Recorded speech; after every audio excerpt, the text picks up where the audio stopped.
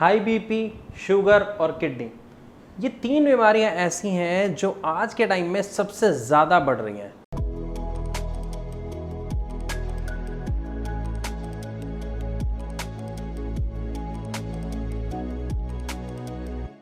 लेकिन लोगों का हमेशा एक क्वेश्चन होता है कि भाई ये बढ़ क्यों रही है, ऐसा हो क्या रहा है। बल्कि ज़्यादातर लोग तो ये कहते हैं कि सर शुगर की वजह से पहले ही हम परहेज़ कर रहे हैं, 3-4 साल से तो हम कुछ ऐसा उल्टा सीधा खा भी नहीं रहे हैं, फिर भी किडनी फेलियर जैसी बीमारी हो गई। चीज़ें सुधरनी चाहिए थी परहेज की वजह से, एक्सरसाइज की वजह से, लेकिन बिगड़ गई। ऐसा क्यों? देखो, इसको एक एग्जाम्पल के थ्रू समझते हैं, आसान हो जाएगा। मान लीजिए गाड़ी है, बढ़िया चल रही है, हम चला रहे हैं, डेली उसे लेके जाते हैं, पूरा दिन चलाते हैं। अब गाड़ी सही चल रही है, एक मैकेनिज्म है, और उस मैकेनिज्म में हमें पता है कि गाड़ी की सर्विस होती है। अब बहुत सारे लोग होते हैं, अरे क्या ज़रूरत है सर्विस, ठीक ठाक चल तो रही है, जब दिक्कत देगी तब करा लेंगे। ठीक है, चलती रही, नहीं कराई सर्विस, क्या होगा? गाड़ी रुक जाएगी? नहीं भाई, सर्विस ना कराने से रुकेगी थोड़ी बहुत दिक्कत देगी, और शायद वो ऐसी दिक्कत होगी जो हमें पता भी नहीं चलेगी।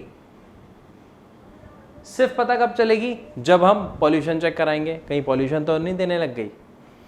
तो कुछ ऐसी छोटी मोटी चीज़ें जो जीरो लेवल पे बिगड़नी शुरू हो जाएंगी, लेकिन हमें पता नहीं चलेंगी। अब इससे क्या होगा?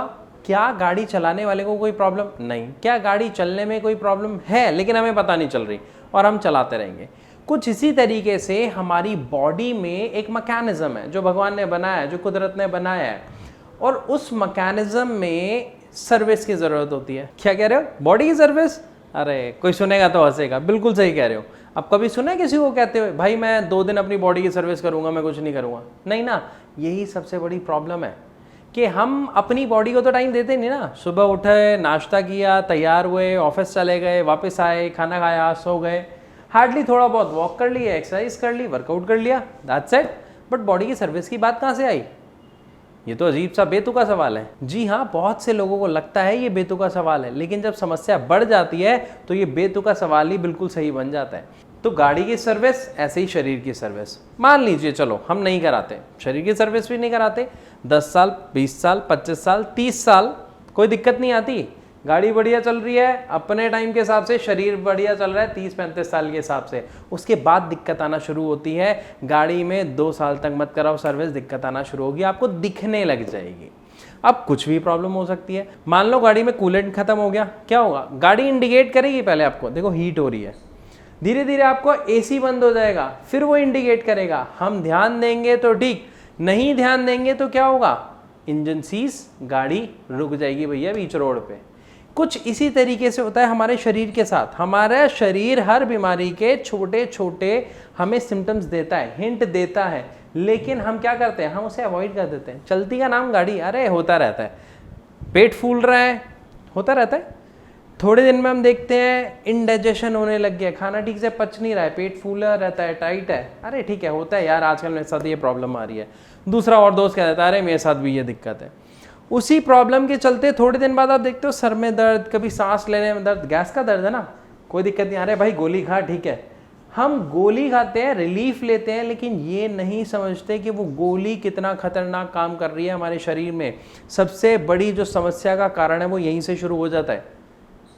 किडनी फेलियर, डायबिटीज या बीपी, तीनों में से किसी की भी बात कर लो, या इसके अलावा किसी और बीमारी की बात कर लो। बीमारियों की शुरुआत का कारण क्या होता है? उसे छोटे में ही अवॉइड कर देना, अनदेखा कर देना, सीरियसली ना लेना। तो जिस तरीके से गाड़ी ने हिंट दिए खराब होने के, इसी तरीके से हमारा शरीर भी हिंट देता है खराब होने के। किसके? किडनी के, या डायबिटीज होने के, या बीपी होने के। लेकिन हम क्या करते हैं? अवॉइड करते जाते हैं। अब सबसे पहली चीज आपको बताता हूं कि बीपी और शुगर सबसे बड़ा कारण है हमारी किडनी फेलियर का।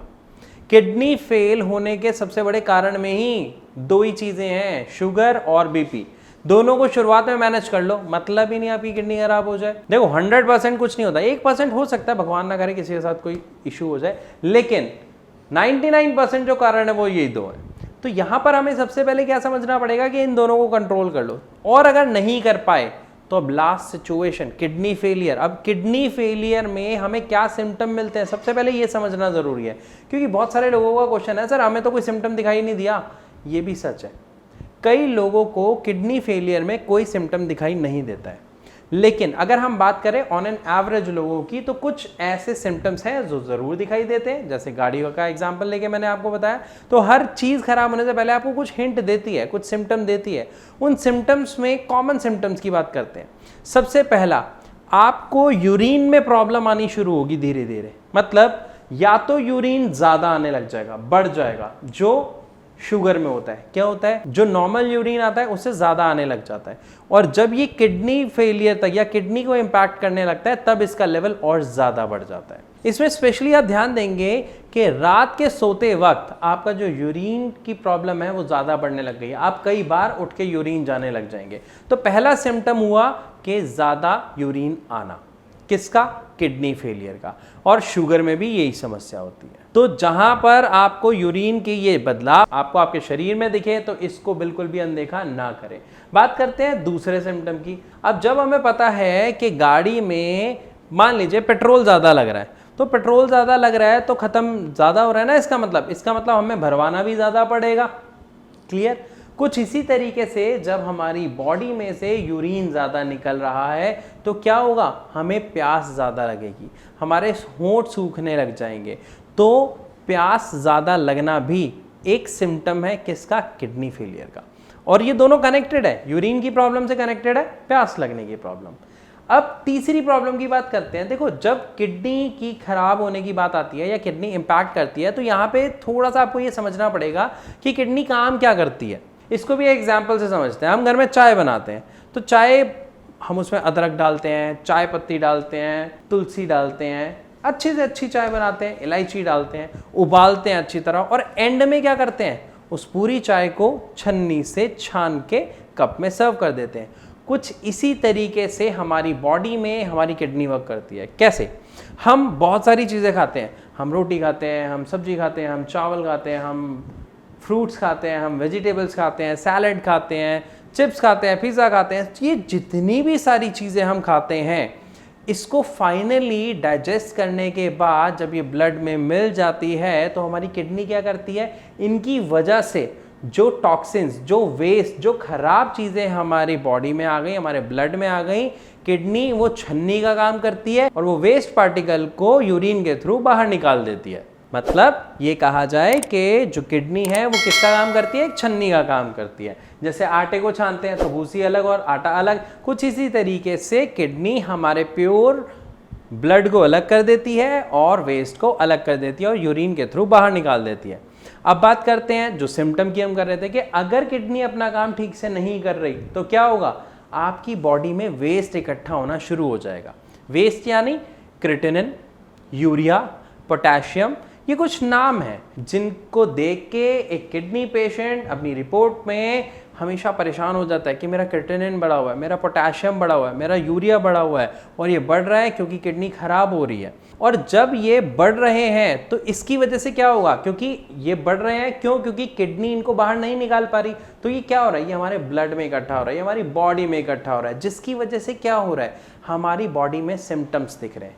किस तरीके के सिम्टम्स, जैसे आपको इचिंग हो जाएगी, स्किन प्रॉब्लम दिखने लग जाएगी, रैशेज हो जाएंगे, वो जो रेड रेड हो जाते हैं स्किन पे, या फिर आपके पैरों में या आपके चेहरे पर स्वेलिंग आ जाएगी। और अगर आपका पोटेशियम बढ़ रहा है तो आप देखेंगे कि आपके मुंह से स्मेल आना शुरू हो जाएगी। तो ये इस तरीके के सिम्टम है। अब ये सारे सिम्टम्स भी डिपेंड करते हैं पर्सन टू पर्सन कि किस व्यक्ति की बॉडी में क्या ज़्यादा बन रहा है, क्या ज़्यादा इकट्ठा हो रहा है, उसको वो वाले सिम्टम्स ज़्यादा दिखेंगे। इसी कारण हम ये कहते हैं कि सबके जो सिम्टम्स हैं वो थोड़े से अलग होते हैं, और ये नहीं कहा जाता कि ये फिक्स सिम्टम है, ये आपको दिखाई देंगे जी। ये डिपेंड करता है कि हमारी बॉडी में क्या ज़्यादा इकट्ठा हो रहा है, तो आपको उसी तरीके से सिम्टम दिखाई देंगे। अब यहाँ पे बहुत सारे लोगों का क्वेश्चन आता है कि सर अगर हम ऐसा कुछ खराब खाएं ना तो फिर तो हमारे ये वेस्ट मटेरियल इकट्ठे ही नहीं होंगे, फिर तो कोई दिक्कत ही नहीं होगी, चाहे किडनी अपना काम कम कर रही है। तो यहाँ पर आपको एक चीज़ समझनी पड़ेगी कि कुछ ऐसे वेस्ट मटेरियल होते हैं जो आपके खाने से नहीं, हमारे एक्टिविटी करने से, मतलब हमारी बॉडी के चलने से, हाथ पैर हिलाने से भी हमारी बॉडी में बनते हैं, जिसमें से एक है क्रिएटिनिन। अब क्रिएटिनिन क्या है? जब भी आप कुछ भी काम करते हैं जिसमें आपकी मसल्स का वर्कआउट होता है, आपकी मसल्स वर्क करती हैं, तो मसल्स के अंदर जो वेस्ट क्रिएट होता है उसका नाम होता है क्रिएटिनिन। ये बॉडी में बनता ही बनता है। किडनी इसे बाहर नहीं निकाल पा रही, बॉडी में इकट्ठा हो रहा है, इसलिए हमें इसके सिम्टम दिख रहे हैं। और इसीलिए एक किडनी पेशेंट सबसे ज़्यादा वरिड होता है अपनी रिपोर्ट को देख के, क्योंकि उसमें क्रिएटिनिन का लेवल सबसे ज़्यादा आता है।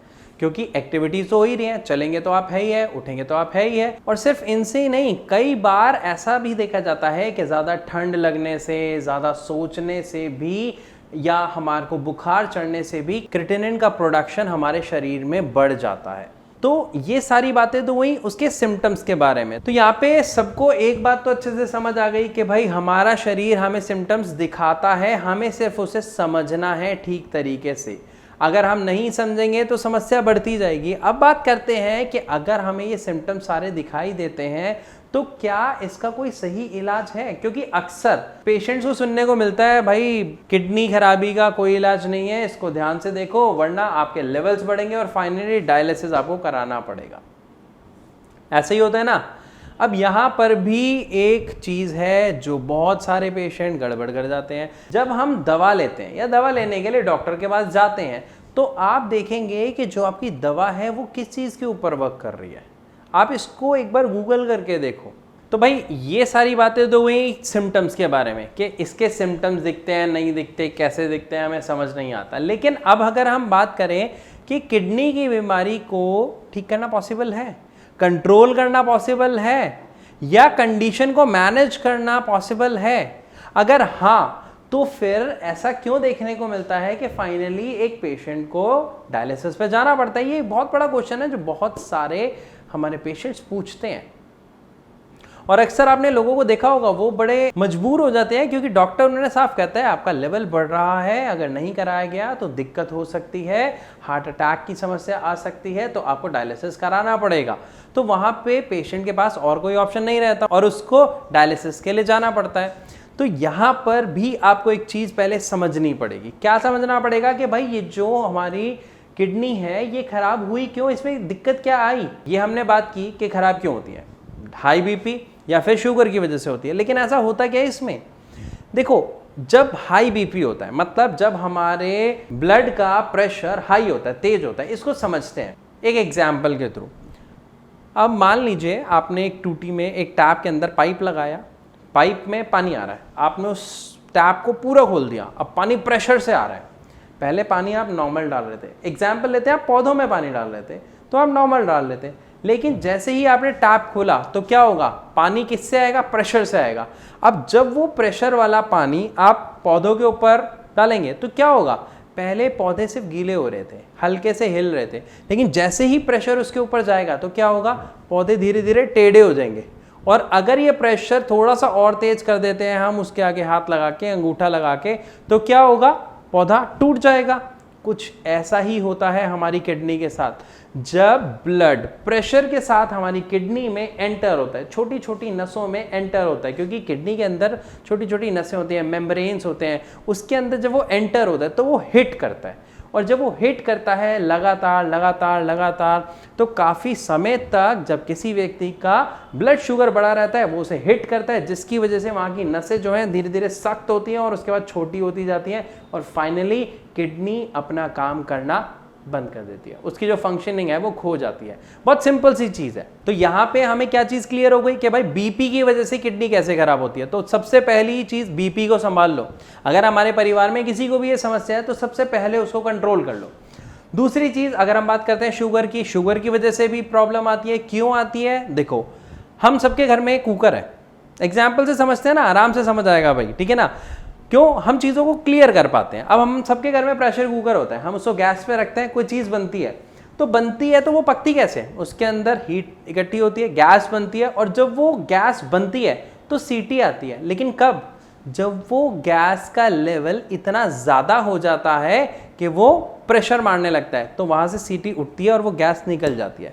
कुछ इसी तरीके से हमारी बॉडी में सिस्टम लगा है जो भगवान ने बना के भेजा है कि जब भी कोई प्रॉब्लम आए तो कोशिश करो पहले खुद ठीक कर दें, ताकि एक व्यक्ति को इंडिकेशन मिल सके कि भाई आपकी बॉडी में प्रॉब्लम आ रही है, इस चीज़ को संभालो, इस चीज़ को ठीक करो। अब कैसे इंडिकेशन होते हैं और कैसे चीज़ें होती हैं ये समझते हैं। जैसे कुकर की सीटी बजी, गैस निकल गई, कुछ इसी तरीके से जब हमारी बॉडी में कोई भी चीज़ ज़्यादा होती है, जैसे शुगर ज़्यादा हुई, तो किडनी का काम है उसको मैनेज करना। कैसे मैनेज करेगी? वो क्या करेगी? यूरिन के थ्रू उसको खटाक से बाहर निकाल देगी। इसीलिए लोग यूरिन टेस्ट कराते हैं, उसमें शुगर आती है तो पता चलता है शुगर है। या आपने सुना होगा कि यूरिन कर दो, अगर वहाँ पे चींटियाँ आ जाएँ तो समझ जाना कि आपके यूरिन में शुगर आ रही है। तो ये क्यों होता है? क्यों? क्योंकि जो आपकी किडनी है वो प्रेशर कुकर का काम कर रही है। जैसे ही कोई चीज़ ज़्यादा हुई, प्रेशर बना, उसने निकाल दिया। लेकिन इस प्रेशर की वजह से क्या होता है, कुकर में अंदर की सब्जी गल जाती है, मतलब बन जाती है, और यहाँ पे हमारी जो किडनी है वो हिल जाती है, उस पर एक्स्ट्रा लोड पड़ता है, उसको एक्स्ट्रा काम करना पड़ता है, जिसकी वजह से अगर हमारा ब्लड शुगर लगातार बढ़ा रहता है तो किडनी की जो फंक्शन है वो खराब हो जाते हैं और उसका जो कार्य करने की क्षमता है वो कम होती है और उसके बाद धीरे धीरे खत्म हो जाती है अगर हम इन चीज़ों को वक्त पर ना संभालें तो यहाँ पे प्रॉब्लम हमने समझ ली कि किडनी खराब क्यों होती है, हाई बीपी और शुगर की वजह से, ठीक है, और उसमें क्या दिक्कत आती है। अब अगर हमें ये समझ आ गया तो अब इसके हम इलाज पे भी बात कर सकते हैं। क्यों? क्योंकि इलाज तो तभी होगा ना जब हमें जड़ पता होगी, तो हमें जड़ समझ आ गई। अब इसका इलाज कैसे होगा भाई? अब अगर इसके इलाज के लिए हम बात करते हैं दवाइयों की, तो जो दवाई आप खा रहे हैं उसे एक बार गूगल करके देखो। आपको उसमें विटामिन की गोलियां मिलेंगी, आपको उसमें विटामिन B12 की गोली मिलेगी, आपको उसमें बाकी कई चीज़ों की गोली मिलेगी, लेकिन कोई भी दवा ऐसी नहीं मिलेगी जो आपके किडनी के फंक्शन के ऊपर वर्क करती है। आप चेक करिए, हम चेक नहीं करते ना, जब हमें नॉलेज ही नहीं है तो हम चेक कैसे करेंगे?